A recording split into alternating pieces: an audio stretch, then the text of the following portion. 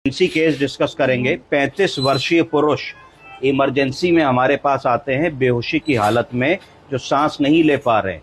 History लेने से पता लगता है कि क्रोनिक एल्कोहल एब्यूज की हिस्ट्री है और एकदम से सडनली कुछ चोकिंग हुई और अनकॉन्शियस हो गए। बेसिक पैरामीटर्स करने पे एबीजी में क्या निकला बताइए। सर इनका पीएच 7.16 था। पीएच 7.16 का मतलब एल्कलोसिस की एसिडोसिस बताइए।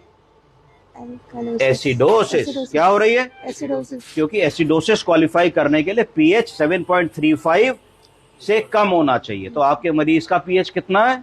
7.16। इसका मतलब आपका मरीज एसिडोसिस में था।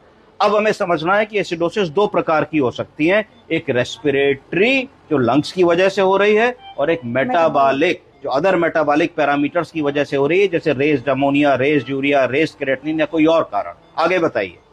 सर इनका PCO2 लेवल 79.5। PCO2 का लेवल 79.5 था, 80 के करीब, जबकि 40 से कम होना चाहिए।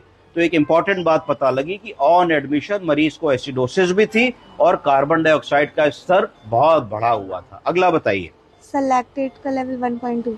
नहीं, PO2 नहीं बताया आपने। PO2 105। PO2 105 था। कितने लीटर्स ऑक्सीजन पे?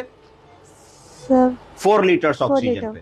तो PO2 105 था। इसका मतलब जब मरीज हॉस्पिटल में आए तो उनको ऑक्सीजन मिली, एबीजी उसके बाद हुआ, तो PO2 तो सेटल हो गया, पर PCO2 नहीं सेटल हुआ। फिर हम और आगे बढ़े, फिर हमने एक चेस्ट एक्सरे करा। एक्सरे दिखाइए।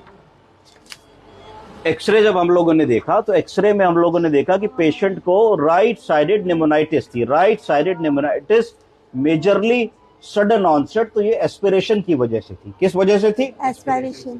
तो एक patient with history of chronic alcoholism had an aspiration, aspiration से चोकिंग हुई, चोकिंग से CO2 बढ़ा, CO2 से एसिडोसिस हुई, एसिडोसिस के बाद पेशेंट अनकॉन्शियस हो गया। सडन मेडिकल इमरजेंसी की तरीके से प्रेजेंट हुआ आपको, और कोई पैरामीटर्स गड़बड़ नहीं है, इनके काउंट्स भी बहुत ज्यादा नहीं बढ़े, यूरिया क्रिएटिनिन भी ठीक है, सोडियम पोटेशियम भी ठीक है, सडन ऑनसेट हुआ।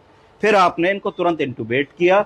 इंटुबेट करके एयरवे क्लियरेंस करा, सक्शन करा, जो फॉरेन बॉडी अंदर गई थी, जो निकल सकती थी, उसको आपने निकाला। बेसिक ट्रीटमेंट पे इनको रखा और जैसे ही आपने इनको इंटुबेट किया, इनका CO2 वॉश आउट हुआ और CO2 वॉश आउट होके अब मौजूदा एबीजी का पीएच और CO2 बताइए। तो 32.4। PCO2 80 से कम होके 32 आ गया, यानी कि CO2 वॉश आउट हो गया। और इनका पीएच कितना है? 7.51। पीएच भी सेटल हो गया। तो दोनों चीजें सेटल हो गई।